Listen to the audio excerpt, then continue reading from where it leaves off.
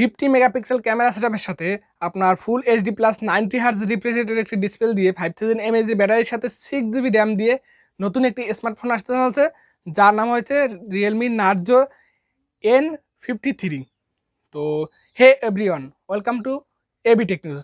আর আজকে ভিডিওতে থাকছে আপনার Realme Narzo N53 এই ফোনটার ডিটেলস রিভিউ। এই ফোনটা কবে আসবে এবং কি থাকছে প্রাইস এবং কত টাকা বাজেট সেগমেন্টে আসবে। তো এই ফোনটা নিয়ে সকল ধরনের ফিচার্স নিয়ে ধারণা দেবো আজকে ভিডিওটা। তো অবশ্যই ভিডিওটাতে একটা লাইক দিবেন এবং চ্যানেলে যদি নতুন হয়ে থাকেন তাহলে আপনাদের কাছে একটাই রিকোয়েস্ট, প্লিজ সাবস্ক্রাইব করে দিয়ে পাঠিয়ে থাকবেন। তো চলুন দেখে নেওয়া যাক যে Realme Narzo N53 এই ফোনটাতে কী থাকছে।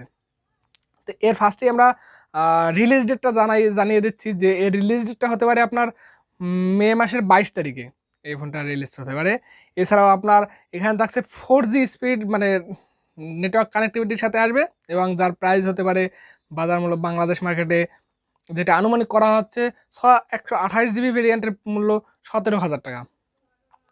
আর আপনার এখানে এর বডি ফ্রেমের থাকছে আপনার 7.5 মিলিমিটারের থিকনেস এবং 182 গ্রাম ওজন, কর্নিং গোয়েলা গ্লাসের ফ্রন্টে প্রোটেকশন এবং ব্যাক সাইডে প্লাস্টিক ব্যাগ। এছাড়াও ডুয়েল সিম কার্ডের slot, standby memory card.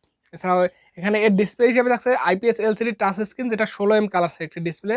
আর যার সাইজ হচ্ছে 6.74 ইঞ্চি একটি ডিসপ্লে, যেটা 85.5% স্ক্রিন টু বডি রেশিও একটি ডিসপ্লে, যেখানে 1080x2408 pixel 20:9 aspect ratio 390 PPI density একটি ডিসপ্লে, যেখানে থাকছে 90 হার্জ রিফ্রেশ রেট। এছাড়াও 450 নিটস পিক ব্রাইটনেস এই ডিসপ্লেটা থাকছে।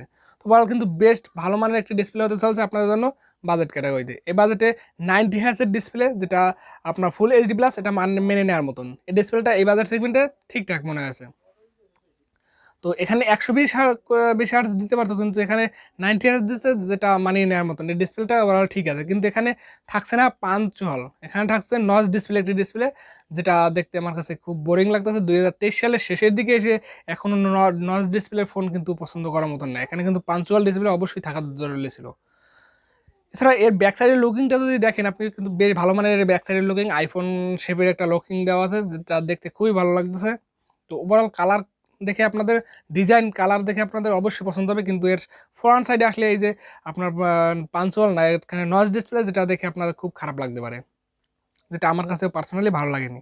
এছাড়া এর ওএস হিসাবে থাকছে Android 13 এবং Realme UI T ভার্সনের সাপোর্ট থাকছে। এছাড়া এর চিপসেট হিসাবে থাকছে ইউনিসকের টাইগার আপনার T612, যেটা 12 নানোমিটার আর্কিটেকচারের উপর বিল্ড করা, যার পারফরমেন্স প্রায় মিডিয়াটেকের আপনার G95 এর মতন পারফরমেন্স। তো এই প্রসেসরটা ভালো হতে চলছে, নো ডাউট প্রসেসর ভালো এখানে। এছাড়াও জিপিইউতে থাকছে আপনার মালি G57 এবং MC3। তো এর গ্রাফিক্স সেকশনে ভালো পাচ্ছেন। এছাড়াও আপনার যদি দেখেন এখানে গেমিংয়ের কথা যদি ভাবেন, আপনি ফ্রি ফায়ার গেমটা আপনারা অনায়াসে রান করতে পারবেন। যদি এখানে পাবজি গেম রান করাতে চান তাহলে কিন্তু টুকটাক ল্যাগিংয়ের দেখা পেয়ে যাবেন। তো মোটামুটি 6GB ভেরিয়েন্টটা নিলে আপনাদের এখানে পাবজি গেমটা মোটামুটি রান করতে পারবেন লো গ্রাফিক্সের সাথে। এছাড়াও ফ্রি ফায়ার কিন্তু হাই গ্রাফিক্সের সাথে আপনারা এখানে রান করতে পারবেন। এছাড়াও এখানে দুইটার র্যাম এবং রম ভেরিয়েন্টের সাপোর্ট থাকছে, যেটা 4GB এবং 6GB এবং 64GB এবং 128GB। যেটা 4GB 64GB 15,000 টাকার আশেপাশে, এবং আপনার 6GB 128GB যেটা 17-18,000 টাকা বাজেট সেগমেন্টে লঞ্চ করা হবে। এবং আপনার এখানে থাকছে ডেডিকেটেড মাইক্রো এসডি কার্ডের স্লট। এছাড়াও UFS 2.1 এর স্টোরেজ টাইপ থাকছে। তো বেশ ভালো মানের কিছু সাপোর্ট থাকছে। এছাড়াও এর মেইন হাইলাইটেড পয়েন্ট হচ্ছে ক্যামেরা। এর ক্যামেরাতে থাকছে 50 মেগাপিক্সেলের একটি সেন্সর এবং 2 মেগাপিক্সেলের একটি ডেপথ সেন্সর। এছাড়াও থাকছে আপনার 8 মেগাপিক্সেলের secondary selfie camera. Overall camera performance যদি দেখেন যে এই budget segment decent quality camera performance পেয়ে যাবেন, কারণ এখানে অ্যাজ ইউজুয়াল মানে ঠিকঠাক একটা আপনার ক্যামেরা সেট আপ দিয়েছে। এখানে অন্তত ফ্রন্টে আমি মনে করি 13 মেগাপিক্সেলের সেলফি ক্যামেরাটা অন্তত প্রোভাইড করা হয়েছিল। তো সেটি করলে আসলে ক্যামেরা সেট আপটা আর একটু ভালো হতো। তো এখানে ভিডিও রেকর্ডিংয়ে পাবেন সর্বোচ্চ আপনার ব্যাক ক্যামেরায় 1080 fps এবং ফ্রন্ট ক্যামেরায় 720 পিক্সেল 30 fps। তো এটা কিন্তু খুবই খারাপ, 1080 fps দুটোটাই দেওয়া উচিত ছিল। এছাড়াও লাউড স্পিকার সাপোর্ট থাকছে, 3 জ্যাকের সাপোর্ট থাকছে, এবং কানেক্টিভিটিতে যদি দেখেন যে Wi-Fi 6 এর support, dual band hotspot supported এবং Bluetooth 5.0 supported, GPS NFC support থাকছে না, FM রেডিও সাপোর্টও থাকছে না, এবং USB Type-C OTG সাপোর্ট থাকছে। এছাড়াও সাইড মাউন্টেড ফিঙ্গারপ্রিন্ট সেন্সার, অ্যাপ্রক্সিমেটর সেন্সার, জাইরো এজ সেন্সার, আপনার proximity sensor, compass sensor, colour sensor, সকল ধরনের সেন্সার এখানে আপনারা অ্যানাবেল পেয়ে যাবেন। সেন্সার নিয়ে কোনো টেনশন নেই। এছাড়াও যদি দেখেন এই ফোনটাকে পাওয়ার ব্যাকআপ করার জন্য রয়েছে এখানে আপনার লিথিয়াম পলিমার নন রিমুভেবল একটি 5000 এমএএইচের ব্যাটারি, আর যার সাথে আছে 33 ওয়াটের ফাস্ট চার্জার। তো এই বাজেট সেগমেন্টে যদি আপনি চিন্তা করেন যে এই বাজেট সেগমেন্টে 33 ওয়াটের ফাস্ট চার্জার 5000 এমএএইচের ব্যাটারির সাথে কিন্তু বেশ ভালো মানের একটি কম্বিনেশন প্যাকেজ, যেটা আমার কাছে তো পার্সোনালি খুবই ভালো লাগতেছে। তো এটা যদি দেখেন যে ইনফিনিক্সের কিছু ফোনের ভিতরে আছে এবং রিয়েলমির নার্জো 50তেও আছে এরকম কিছু ফিচার্স, যে আপনার 5000 এমএএইচের ব্যাটারির সাথে 33 ওয়াটের ফাস্ট চার্জার। তো এখানে কিন্তু এইটা কিন্তু ডিসেন্ট কোয়ালিটি পারফরমেন্স, কারণ এখানে আপনার 5000 এমএএইচের ব্যাটারিটাকে চার্জ করতে 1 ঘন্টা মাত্র সময় নেবে। তো এটা কিন্তু অবশ্যই ভালো দিক। তো ওভারঅল এর কনফিগারেশন কিন্তু খুবই ভালো। এছাড়া এর কালার হিসেবে থাকছে ব্ল্যাক এবং গোল্ড, দুইটা কালার ভেরিয়েন্টে থাকবে। তো এখানে কিন্তু অন্য কোনো কালার ভেরিয়েন্ট দেওয়া হয়েছিল, ব্লু কালার ভেরিয়েন্টটা আসলে খুবই ভালো হতো।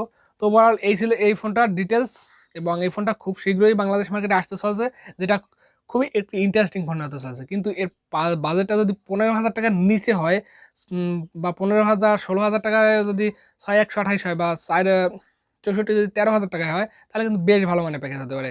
এই ফোনটা অনায়াসে আপনারা নিতে পারেন। কিন্তু এটা যদি আপনার 15,000 টাকার উপরে যায়, তাহলে কিন্তু একটু ওভার প্রাইস ফোন হবে। তো এই ছিল এই আপনার নার্জো N53 এর ডিটেলস রিভিউ এবং আমার পার্সোনাল ওপিনিয়ন। এই ফোনটা মোটামুটি একটা অ্যাজ ইউজুয়াল প্যাকেজ, মানে ডিসেন্ট কোয়ালিটি পারফরমেন্স পেয়ে যাবেন। এবং গেমিংয়ের যদি নিতে চান, তাহলে আপনার অন্য আদার্স ফোন আছে 8GB র্যাম ভেরিয়েন্টের এই বাজেট সেগমেন্টে, তো সেগুলো আপনারা চয়েস করতে পারেন। তো টাকা পয়সা আপনার, বিবেচনা বিচার আপনার। তো আমি শুধু ধারণা দিলাম। তো কেমন লাগলো অবশ্যই কমেন্ট করে জানাবেন, এবং নেক্সট কোন ফোনের রিভিউ চান এবং কী নিয়ে ভিডিও চান অবশ্যই কমেন্ট করে জানাবেন। আপনাদের কমেন্টের মতামত অনুযায়ী আমি আপনাদের ভিডিও দেওয়ার চেষ্টা করব। তো সবাই ভালো থাকবেন, সুস্থ থাকবেন, দেখা হচ্ছে নেক্সট ভিডিওতে।